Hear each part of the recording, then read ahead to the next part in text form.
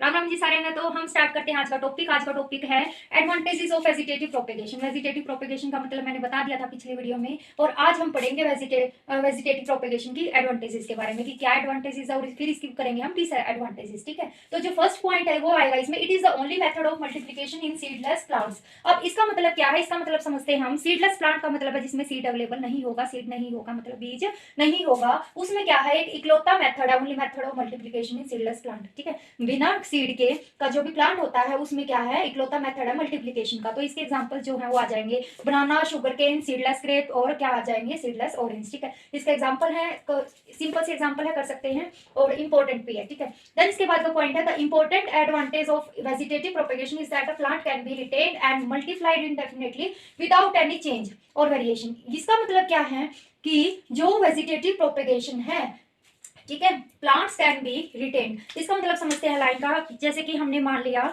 Example के तौर पर कि कोई भी मेरे पास पेड़ है, फॉर एग्जांपल मैंने ले लिया सीडलेस ऑरेंज। ठीक है, इसका कोई भी पेड़ है और मेरे को इसी जैसे बहुत सारे पेड़ और भी चाहिए। ठीक है, मेरे को जो इसका फल है बहुत ज्यादा मीठा लगा, तो मैं क्या करूंगी, इसको मतलब और भी ज्यादा मेरे को इसकी वैरायटीज चाहिए, तो मैं क्या करूंगी, इसका जो हमारे पास जो पेड़ है उसका कोई भी छोटा सा पार्ट ले लूंगी और उसको देन मैं क्या करूंगी, आगे उगा दूंगी। ठीक है, तो उससे हमारे पास क्या आ जाएगा, जो ऑरेंज का पेड़ है दोबारा से उसी जैसा क्या होगा, अपीयर होगा। तो वही बात बोल रखी है इसमें, एंड विदाउट एनी चेंज और वेरिएशन, मतलब बिना उसी के जैसा चाहिए। सबसे पहले तो हमने क्यों उगाया वो वाला, क्योंकि हमें चाहिए था वही वाला ऑरेंज का प्लांट। ठीक है, तो हमें क्या चाहिए, कोई भी वेरिएशन या फिर चेंज नहीं चाहिए। तो ये तो हमारे लिए बेनिफिशियल की बात है कि हाँ, कि हमें वही वाला चाहिए था। तो इसमें वही बोल रखा है कि बिना किसी चेंज और वेरिएशन के हम क्या कर सकते हैं, किसी भी प्लांट को आगे उगा सकते हो, उसकी बहुत सारी वेराइटीज बना सकते हो उसका कोई भी प्लांट पार्ट यूज करके। ठीक है, देन इसके बाद का पॉइंट आता है, there is a rapid multiplication. वही वाली बात आ गई जो ऊपर मैंने एक्सप्लेन किया है कि वही एक्स वाई जेड प्लांट का कोई भी पार्ट ले लिया और उसको मैंने प्रोपेगेट करवाने का काम करा,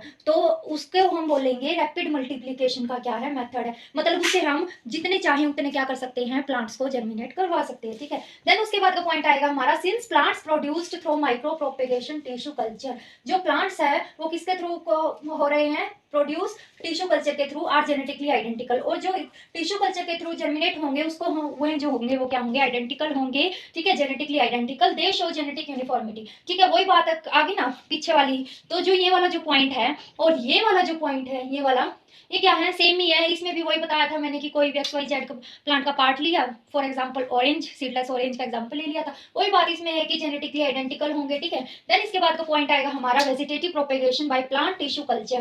की वेजिटेटिव प्रोपेगेशन होती है जो प्लांट टिश्यू कल्चर से has been applied for the production of disease free plant. की सिंपली हम बोलेंगे कि जो डिजीज फ्री प्लांट्स को प्रोड्यूस करवा सकती हूँ बाय किसके थ्रू, माइक्रो प्रोपेगेशन या फिर टिश्यू कल्चर। ठीक है, एक सुटेबल कंडीशन में लैब में क्या करवा सकती हूँ, डिजीज फ्री प्लांट को बना सकती हूँ बाय टिश्यू कल्चर। ठीक है, माइक्रो प्रोपेगेशन का यूज करके।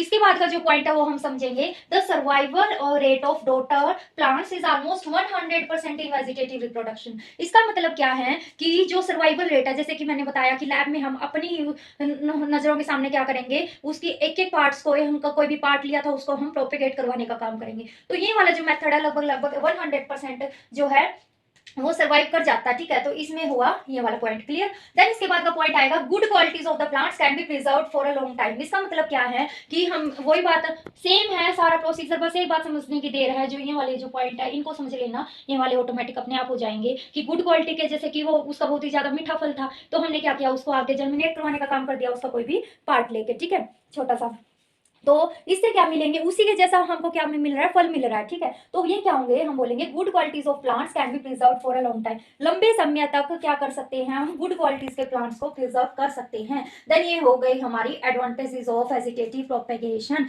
वेजिटेटिव प्रोपेगेशन का मतलब मैंने बता दिया था कि अगर जब भी हम किसी भी प्लांट को प्रोपेगेट करवाने का काम करते हैं, उगाने का काम करते हैं, उसको हम बोलते हैं वेजिटेटिव प्रोपेगेशन। फर्स्ट पॉइंट में पढ़ा था कि method of multiplication in seedless plants. ठीक है, सीडलेस प्लांट्स में मल्टीप्लिकेशन का इकलौता मेथड होता है vegetative propagation. Important advantage of vegetative propagation is that a plant can be, वही बात है, एक्स वाई जेड प्लांट लिया, इसमें भी रैपिड मल्टीप्लिकेशन होती है का प्रोसीजर है। इसमें भी वही है कि जेनेटिकली आइडेंटिकल होंगे। ठीक है, और बाय किसके थ्रू करेंगे हम, टिश्यू कल्चर के थ्रू लैब में। देन वेजिटेटिव प्रोपेगेशन जो टिश्यू कल्चर के थ्रू करेंगे हम, और उसमें क्या कर सकते हैं हम, डिजीज फ्री प्लांट्स को की प्रोडक्शन करवा सकते हैं। देन इसके बाद का पॉइंट आया था हमारा कि 100% लगभग 100% क्या हो सकती है, सर्वाइव कर सकते हैं। जैसे कि हम एक सूटेबल कंडीशन में लैब में थ्रू किसके थ्रू करवाएंगे, हम टिश्यू कल्चर के थ्रू करवाएंगे। जो वेजिटेटिव प्रोपेगेशन है तो वो क्या कर सकती है, 100% सर्वाइव कर सकती है। देन को गुड क्वालिटी के हमें प्लांट्स यहाँ पे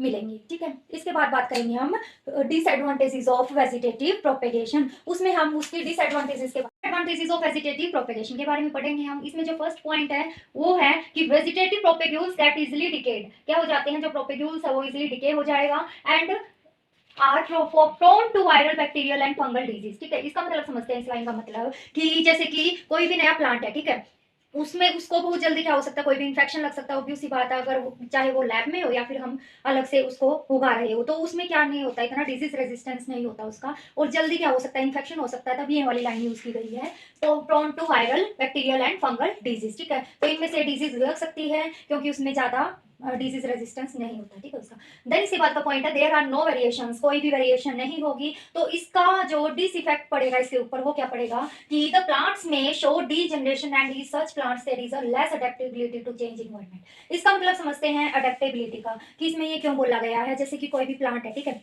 उसको हम आगे हमने उसकी बहुत सारी वैसे ही प्लांट चाहिए। जैसे कि मैंने ऑरेंज, सीडलेस ऑरेंज का एग्जांपल लिया था, तो उसमें क्या होगा, जब हमने वो तो कर दिए, लेकिन अगर वो जो पहला जो प्लांट था उसका जो पार्ट लिया था, अगर उसमें उतनी अडेप्टेबिलिटी हुई नहीं, इतनी एबिलिटी हुई नहीं कि वो आगे जाके एक अच्छी ग्रोथ कर सके। ठीक है, तो इसीलिए क्या बोलते हैं कि less adaptability to change environment. Change environment का मतलब है कि जैसे कि हमने वो उगा दिया, ठीक है, प्रोपेगेट करवा दिया, तो अगर मौसम चेंज हो गया, मौसम चेंज होते ही वो क्या होगा, सूख जाएगा। ठीक है, उसके सारे जो भी पत्ते वगैरह आए होंगे वो झड़ जाएंगे। तो इसीलिए बोल रहा है कि इसमें क्या होती है, कई बार लेस एडेप्टेबिलिटी होती है, और जिसके कारण क्या हो जाएंगे, और इन्वायरमेंट चेंज होने के कारण वो सूख जाते हैं, और जिसके लिए जो कि क्या है, डिसएडवांटेज है किसकी, वेजिटेटिव प्रोपेगेशन। क्लियर। देन इसके बाद का पॉइंट आएगा हमारा थर्ड, जिसमें दे रखा है कि there is no dispersal of vegetative propagules therefore it causes our crowding. और क्राउडिंग को कॉज कर सकता है, ये वाला वर्ड क्यों यूज किया है, जैसे कि हमने क्या किया, वो एक पर्टिकुलर एरिया में हमने बहुत सारे पेड़ को उगा दिया। ठीक है, जैसे कि कोई भी प्लांट लिया और उसका पार्ट लिया हमने और उसको आगे उगा दिया, तो उसमें क्या होगी, ओवर क्राउडिंग को कोज कर सकता है वो। क्यों, क्योंकि जैसे कि उसमें ग्राफ्टिंग भी करेंगे, लेयरिंग भी, जैसे कि ग्राफ्टिंग तो हम अलग जगह भी कर सकते हैं, लेकिन जो लेयरिंग है वो क्या करेंगे, हम उसी में करेंगे ना। तो क्या कर सकता है वो, ओवर क्राउडिंग को कोज कर सकता है। ठीक है, एक ही मतलब एरिया में बहुत सारे प्लांट्स का होने से क्या हो सकती है, ओवर क्राउडिंग कोज हो सकती है। देन नेक्स्ट पॉइंट है हमारा fourth, a disease present in a plant spread to all the daughters formed from it. ठीक है, जो डिजीज है, अगर किसी भी दूसरे प्लांट को डिजीज है, ठीक है, जो जिस प्लांट का हमने क्या लिया था, पार्ट लिया था, लेकिन उसी प्लांट को डिजीज है, बीमारी है कोई, तो वो क्या करेगी, आगे के आगे आगे के आगे जितने भी हम प्लांट्स को उगा रहे हैं उनमें सब में होगी। ठीक है, लेकिन ये जो है पॉइंट, ये पूरी तरह से सही नहीं है। जैसे कि अगर मैं टिश्यू कल्चर में कर रही हूँ तो कोई भी इशू नहीं होगा, लेकिन उसी के अपोजिट अगर मैं वेजिटेटिव प्रोपेगेशन में करूंगी, वेजिटेटिव मेथड में करूंगी, तो क्या होगा, इशू क्रिएट होगा। क्यों, क्योंकि उसमें क्या होते हैं, बहुत से जैसे कि प्लांट्स है उसके सेल्स और जो टिश्यूज हैं वो क्या होंगे, ट्रांसफर होंगे। ठीक है, एक से दूसरे में, दूसरे से तीसरे में, तो उसमें क्या होगी, ये वाली जो दिक्कत है वो होगी, spreads to all the daughters from formed from it. तो ठीक है, ये तो ये वाला जो पॉइंट है इसमें तो सही है, लेकिन जो टिश्यू कल्चर है उसकी वजह से सही नहीं है। तो आज हमने पढ़ी एडवांटेजेस ऑफ वेजिटेटिव प्रोपेगेशन और डिसएडवांटेजेस ऑफ वेजिटेटिव प्रोपेगेशन। आज के लिए इतना ही, अब मिलेंगे नेक्स्ट वीडियो में। मेरी वीडियो को देखने के लिए थैंक यू सो मच, और चैनल को लाइक, सब्सक्राइब और शेयर जरूर करना। ठीक है।